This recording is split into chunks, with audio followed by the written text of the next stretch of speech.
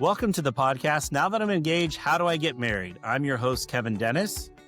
And I'm August Yocher, co-host and brand manager at Fantasy Sound Event Services. In addition to leading the charge at Wedding IQ, I also run Fantasy Sound Event Services, a lighting and entertainment company based in Livermore, California, that I founded over 35 years ago. Each week on this podcast, we'll explore a new corner of wedding planning so you can prepare for your I-dos without the stress. From budgeting to booking vendors to the day of drama. Let's talk smart wedding planning. All right, folks, welcome to another episode of Now That I'm Engaged, How Do I Get Married? Solo edition, kind of. It's just August and I today. Yeah, just us. And if you don't recognize, August got new hair. I did get new hair. Yeah, everyone's been saying that. I hope it gets a little bit lighter because it's a little too dark for me, but thank you. And today's episode is a little different. We're doing something we haven't done before. And I don't even know if there is an educational aspect to this episode. I feel like it's just more fun. So if you're in for a fun time, just keep tuning in. But I have picked out a few Reddit stories, crazy wedding Reddit stories to read to Kevin. And I just want to get his reaction and see if he maybe has any advice or just see his thoughts or if he's had similar experiences in the past. So we're going to go ahead and do that. I can't wait. Okay. And I'm sure I could find some better ones later, but these are a few that I had. So I have 3. So hopefully we can get through all of them today. So starting off, this one, they're all a little older too. This one was from 3 years ago. It comes from r/wedding shaming. And this one is from the perspective of a wedding vendor. They do not specify what type of wedding vendor they are, but I'll go ahead and read off to Kevin. Okay. I have a little time this morning, so this refers to the bridesmaid throwing up on the cake. What? We will call the drunk bridesmaid Reagan. This is for my Exorcist fans. To start, she was a mess, very enthusiastic, and seemed like the fun bridesmaid. Unfortunately, she was pre-gaming a bit too hard. The bartenders had already started to water down her drinks on the first one and eventually cut her off not long into the reception. She wasn't happy about this and threw a fit screaming, "I'm so-and-so's maid of honor. You cannot and will not cut me off." The bride came over and asked if we would serve her later on if she drank water and sobered up a bit, and we said we didn't know. Fast forward a bit, and Reagan was way out of control. We hadn't served her anything in a while, but she seemed more drunk than she was previously. We started watching her and saw that the bride and bridesmaid were giving her alcohol. I explained what was going on to the venue attendant and security. She was falling everywhere, lying on the ground with her dress up, and grinding on random people. She may have known them, but their faces said, "Have we met?" The bride came over and asked for her to be cut off. I explained to the bride that I saw her and her bridesmaid giving her drinks even after we cut her off, so as long as they stopped feeding them to her, then she won't have access to more. During dinner time, Reagan tried to eat, but I'm guessing it wasn't a lot because the father of the bride was walking behind her telling her to eat more and sober up. Reagan then proceeded to stomp around like a child. I saw her fan herself and grab her head and snatched up a bottle of water and went to take it to her. As I approached her, she slightly turned away from me, took a step, and just started projectile vomiting. The area? Yes, the cake table. Groom cake, bride 4-tiered wedding cake, plates, napkins, forks, everything. I was shocked and grabbed the back of her dress to try to pull her away, but it was too late. Vomit was everywhere. I went and got the venue assistant and Dad. There was no coordinator. And Dad went and got the bride. The bride was furious, and so were Dad, Mom, and the other bridesmaids. I was going to cut the cake for them, but I draw the line at vomit cake. The bride asked me to go rinse off the plates and forks and get different napkins. She told me to take the cake to the kitchen and cut it there, serving only the backside. Oh, gross. Yeah. The vomit was barely on the right side of the groom's cake and told me to cut the left side. I told her absolutely not. At this point, I wasn't touching the cake and definitely not serving the guests the cake. It's a health risk, and at this point, and I will not be involved. She got mad, yelled at me, and her bridesmaids took over and cleaned the area and took the cakes to the back. Reagan was called an Uber and taken to the hotel. They served the cakes, cut the vomit side off, and served the Ugh. cakes to all the guests. Apparently, the bride's cake was really expensive, and each cheer was a different flavor, and not serving it wasn't an option. I couldn't believe it. None of the guests knew, but I did. I gagged every time I saw someone grab a piece from the table. They talked about how good it was and offered me some, and I know they saw the look of disgust on my face, never the wiser. This happened a few years back, and I still won't accept cake at weddings when offered. Yeah. Well, I've had vomit, lots of vomit at weddings, and I've I've had a bad definitely dealt with vomit, yes. yeah, and I've had a couple bad cakes, um, at events, but I've never had anyone throw up on a cake Yeah. at an event, and that it and the fact that the people thought it was still a good idea to serve it is, like, gross because wherever it lands doesn't mean there's other parts that do get cut, you know what Oh, I'm saying? for sure. Especially if it Ugh. was projectile.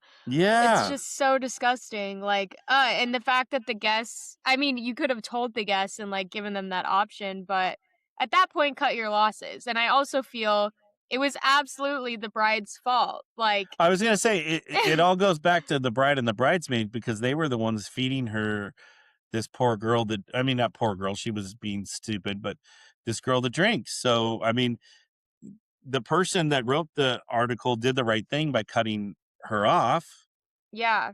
You know Well, what I'm it sounded saying? like the other vendors were trying to do that as well, but because they were other people were getting drinks for her, it just made it Yeah. so much worse. And I see the other drink thing all the time at weddings where like Mhm. especially probably with underage kids, Yeah. but just like, oh, I'll order 2 drinks and give one to my kid, kind of thing. Or that person got cut off, oh, I'll get you a drink. Don't worry about, like, so that's a hard thing to monitor when you have 250 guests and only like 2, 3 bartenders. It really is a Yeah. difficult thing to monitor. So, and especially a lot of weddings that we do out here don't have security that could watch Yeah. stuff as well. So, Yeah. lots. Yeah. My only crazy, like, cake-related stories is there was one time the groomsmen and bridesmaids were doing the grand entrance introductions into the reception space, and one of the groomsmen was a little drunksy, and he knocked into the cake as he was, dancing his way into the reception space. And thankfully it didn't fall over, but it wobbled a lot and there were a lot of like ahs from the guests. And then, a few times like because of the heat, the cake set out too early, or even not even that, but the top tier will start to slide down. But yeah, never vomit. That's Yeah. just I've had melting cakes. I've had cakes that have fallen apart. I've had kids at weddings go put their fingers in the cake. yes, that's Um, happened too. yeah, Yes. because it's right there. I don't blame them. If I was 5 years old, I'd probably shove my finger in the cake too. Yeah. Um, Wait, but didn't you do that? Or I feel like you talked about that once. yeah, maybe I have. I don't remember. I'm old now. Uh, but we also doing a wedding and we cut the cake and the cake smelled foul. Like I'm talking wrong, like Like bad. what? Oh, like bad Like eggs or something? I don't know what it was, and then it was like crumbling apart. It wasn't even like like, I don't know if we were trying.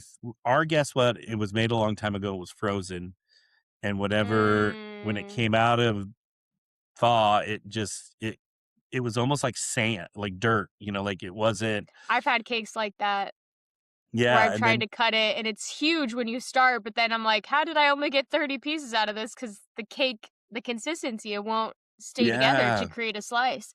yeah, and then the wedding planner like pivoted and had the bartenders make like chocolate martinis Oh, for that's everyone cute. for Yeah. dessert. So that was like that worked. But, yeah, never I've had people throw up. I've had someone throw up on a bride one time. Oh, no. Yeah. Yeah, that was bad because then she ended up having to do her first dance in, like, a different dress. Um, yeah, but, yeah, How that's does that even horrible. happen? Oh my gosh. Horrible story. Want to be a guest on the podcast? Whether you're a writing professional with insights to share or a couple who recently said I do, we'd love to have you on the pod. Come share your experience, your advice, and your story to help future couples on their journey. Apply to be a guest and join us behind the mic. Find more information at podcast.fantasysound.com. Yeah, well, we have another another Well, no horrible story. alright, here we go. Are you ready? I'm ready. Okay, so this was 2 years ago, but technically 16 years ago because that's when the writer addresses it. So this has been a very long time, but still a crazy story. So, I am a musician and I sing occasionally in wedding bands. About 14 years ago, we were hired to perform at a very nice couple's wedding in Essex, in a barn on a farm in rural Essex. When we arrived, it was quite obvious the venue was a working dairy farm, and quite pungent and fragrant. We set up in the posh wedding barn, not the working cowshed, and only minutes before we were due to perform the couple's first dance, did the awful owner, who had the worst breath outside of the smell of cow and feces, that there was a noise limiter and we couldn't be too loud because, and I quote, me and the wife will be watching X Factor. As this was 14 years ago, this was during the phase of loads of young millennials couples having chasing cars by snow patrol as their first dance. Not only is this an agonizing song to watch people try and dance to when there's no rhythm in it until the chorus crescendo at the end, but it's really just a guitar playing two notes. We get about 12 bars into the intro and the first verse of the song when all of a sudden the power is cut. I want to emphasize that this is during the bride and groom's first dance. You know, the people paying for this entire wedding. Everyone starts scrambling around. We're trying to figure out what the hell is going on. And then the smelly breath farmer storms into the barn and starts screaming at us for the band being too loud. It turns out there isn't a noise limiter. He can just cut the power to the barn from his house. I try and calmly talk to the farmer. I explain to him these people have paid a lot of money to hire this band and the DJ, both of which he has allowed to be part of his hiring agreement. He refuses to see reason. He screams his stinky breath in my face about how we are too loud and the power will not be going back on until we turn it down. I cannot emphasize enough that we were not loud. We were playing two notes on a guitar. With that, the bride's younger brother comes storming over, the same younger brother who had just been released from prison for aggravated assault, Oh, shit. and he marches straight up to the farmer, screams in his face, and then continues to headbutt him and kick him and punch him. The entire wedding descends into a huge fight with tables being flipped, bottles being smashed, glasses, plates, etc. The police are called. We pack up because it's obvious that there is no gig now. We did provide the couple with a statement for their insurance so they can hopefully claim back and sue this venue for breach of contract and providing somewhere completely unsuitable. The bride's brother was carted off in the back of a van. Oof. Well, he went back to jail. Probably. Alright, Yeah. so we unpacked this by 1, the farmer should not be having weddings at his venue if he's not gonna you gotta Doesn't even like to have weddings there, yeah, clearly. yeah, yeah. 2 excuse me. 2, the farmer should, probably be brushing his teeth on a regular basis if that was really the case.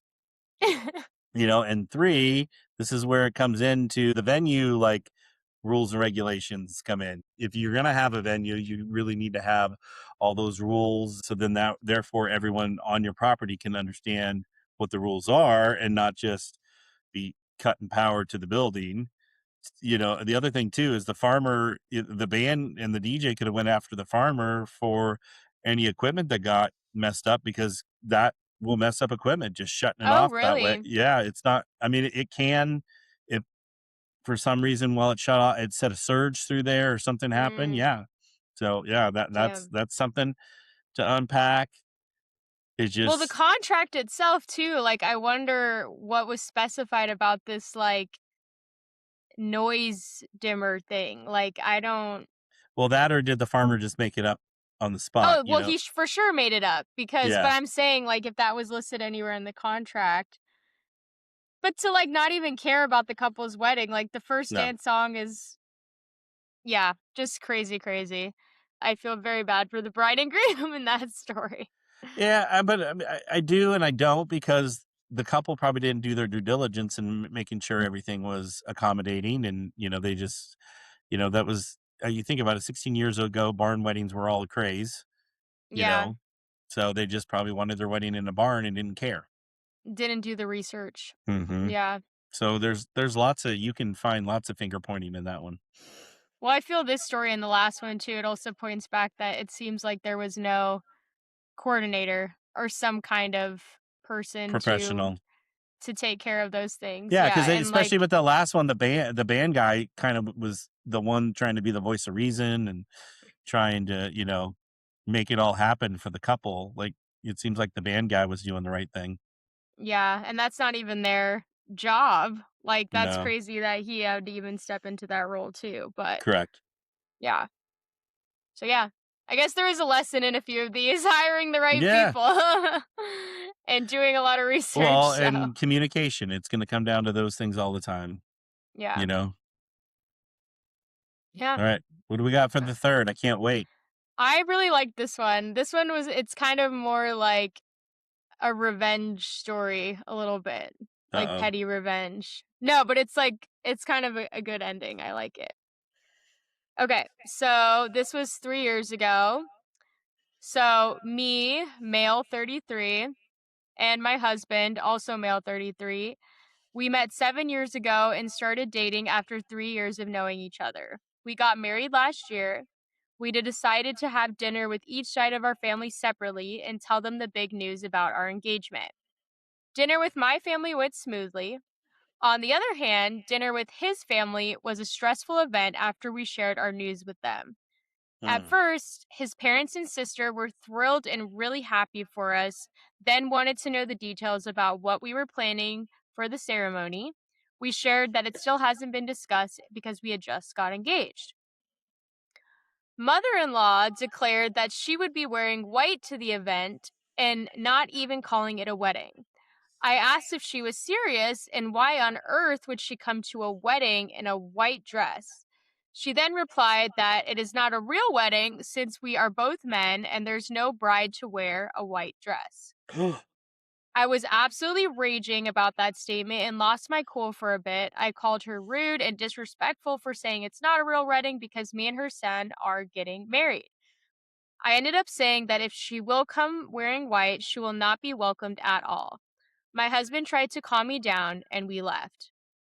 A day later, I called her to apologize for my behavior and said that she is welcome to our wedding and asked her to not wear white because we are getting married even if we are both men.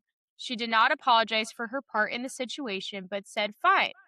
She will not come to the wedding wearing a white dress. Fast forward 2 months, his sister called me saying that the mother had bought a white dress. I was angry and brought it up to my soon to be husband. He didn't want to make this a big deal. He will support any decision that I would make, but would very much appreciate for me to compromise and still let her come because she is very important to him. I said that I need to think about it, and her behavior is very disappointing and disrespectful. I had talked to one of my close friends, female 32, and she suggested that all of the guests come in white so the mother in law won't stand out. I decided to be even Ooh. more spiteful and ask only the women to come in white dresses. And if it's their wedding dress, I would appreciate it even more. We sent the invitation to the wedding addressing the white dresses and talked to relatives and people who might talk to the mother in law and ask them not to bring it up in front of her. And she got a different wedding invitation. Day of the wedding comes, she came in the white dress, and I welcomed her with open arms and said, I think I've seen other guests wearing white.